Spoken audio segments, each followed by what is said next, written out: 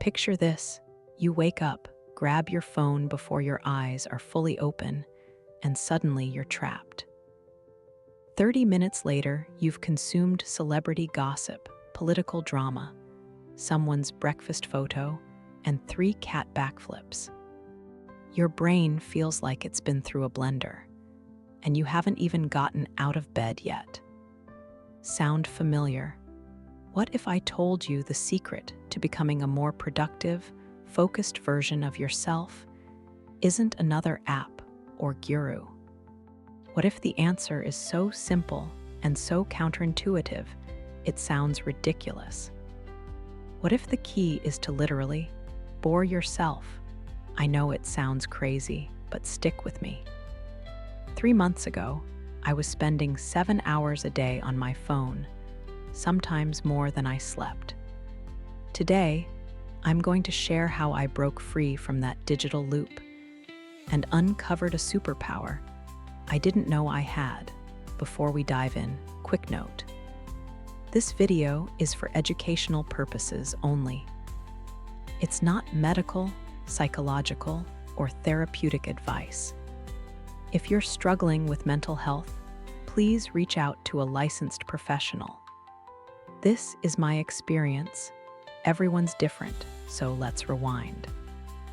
I was that person, checking Instagram while brushing my teeth, scrolling TikTok at breakfast, and somehow watching conspiracy videos at 2 a.m., wondering where the night went.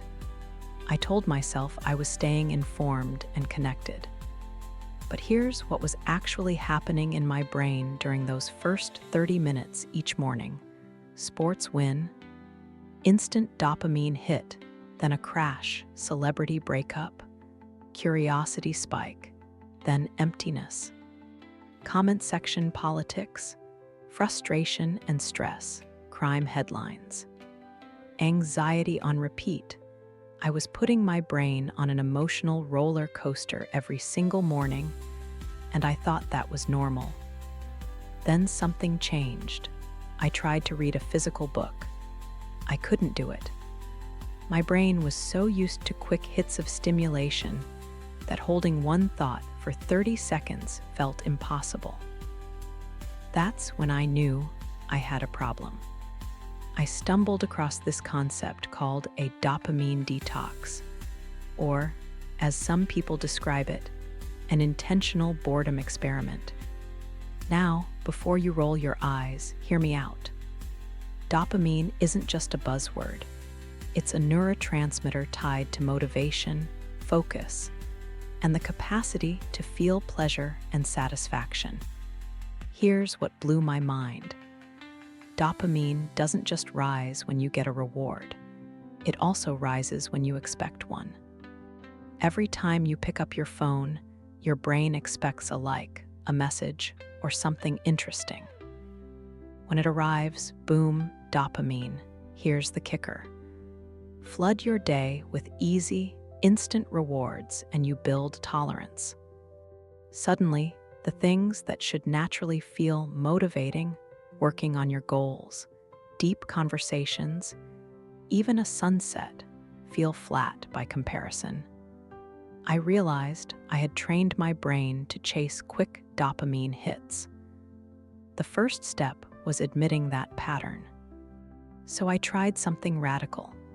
I decided to cut out digital stimulation for a week. No social media, no news, no phone entertainment. I would let myself get bored. Day 1 was brutal. FOMO everywhere. My hands reached for my phone on autopilot. I opened my laptop to check social at least 15 times, even after deleting the apps. Day 2 felt worse.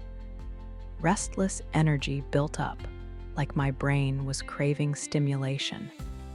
I was anxious and irritable. Honestly, it felt like my attention wanted a fix. Then something interesting happened. On day 3, I was at my desk, working, but just staring at the screen. Normally, that's when I'd flip to Instagram or X. I couldn't. So I sat there, bored out of my mind. Without external stimulation fighting for attention, my brain did something it hadn't done in months. It started thinking. Not reactive thinking, original thinking. I noticed details I'd been rushing past. I made connections I'd never seen. Projects that felt like drudgery suddenly seemed exciting. By day 4, I realized all the things I thought I had to stay on top of, the news, the social drama, updates from people I barely know, didn't actually matter. The world kept spinning without me monitoring it. On day 5, I relapsed, not because I missed social media, but because I thought I could stop anytime. Within hours, I was back in the scroll hole. But this time, I could see it happening. I felt my attention shrinking in real time. That's when it clicked. This wasn't about quitting forever. It was about understanding the power of boredom and using it intentionally. Boredom used to be normal. Before smartphones, people spent hours with nothing to do but think. They sat with discomfort, processed emotions, and solved problems. Now, we've almost eliminated boredom. We scroll while we eat, listen while we walk, and watch while we work out. But when your brain is bored, it doesn't shut down. It shifts into what researchers call the default mode network, linked with memory processing, pattern making, and creative insight. Think about it. When do your best ideas show up? In the shower, on a drive, right before sleep, when your mind is allowed to wander. Boredom is like a fast for your brain. Just as giving your digestive system a break can help your body, giving your attention a break can boost clarity and creativity. I'm not telling you to lock your phone in a drawer and become a digital hermit. That's not realistic. Instead, here's a 3-step approach you can start today. Step 1. Morning reset. Don't touch your phone for the first 30 minutes after waking. No scrolling, messages, or news. Use that time for screen-free basics. Brush your teeth mindfully, stretch, drink water, take a shower, and actually feel the water. Worried about emergencies? If it's truly urgent, they'll call. Try this for a week. I noticed a real difference. Mornings felt calmer and more intentional. Step 2. Replacement activities. Fill that space with things that nourish your brain. A few pages of a physical book, a short walk without headphones, a real conversation, cooking from scratch, journaling with a pen, or simply sitting outside and observing. Save the news for later when your brain is more resilient. Step 3. True boredom. Set aside 10 minutes a day to do nothing. No music, no books, no phone. Sit with your thoughts. Watch your breath. Let your mind wander. Your brain will resist hard. That's normal. Start with 3 to 5 minutes if needed. The goal isn't instant zen. It's proving to yourself that you can tolerate being unstimulated. Some of you are thinking, I need my devices for work. Absolutely. The goal isn't avoiding technology. It's using it intentionally. Check email when you need to check email. Use your computer for the task at hand. But be honest. How much of your screen time is necessary, and how much is productive procrastination? The key is awareness. Before you pick up your phone or open a tab, ask, what am I trying to accomplish right now? Is this serving my goal, or am I dodging boredom? After 3 months of intentional boredom, my life changed more than I expected. My focus improved. Projects that used to take hours of fragmented attention now happen in half the time, fully present. My relationships got better when I'm with someone. I'm actually with them. My creativity exploded. New ideas, solutions, and insights started showing up. My sleep improved, fewer screens at night, easier wind down. Most importantly, I feel like I got my agency back. Instead of passively consuming, I'm actively creating my life. We've built a culture where being bored feels like failure. But what if boredom isn't a bug? What if it's a feature? What if understimulation is exactly when your brain does some of its best work? When you're always feeding your brain external input, you rarely hear your own ideas. You're so busy consuming other people's thoughts that you don't discover your own. So here's my challenge. Try boring yourself. Start small, skip the morning scroll tomorrow. Feel the restlessness. Notice it. Acknowledge it. Choose to sit with it instead of escaping it. See what happens when you let your brain be understimulated. You might be surprised by what emerges. This isn't about rejecting technology.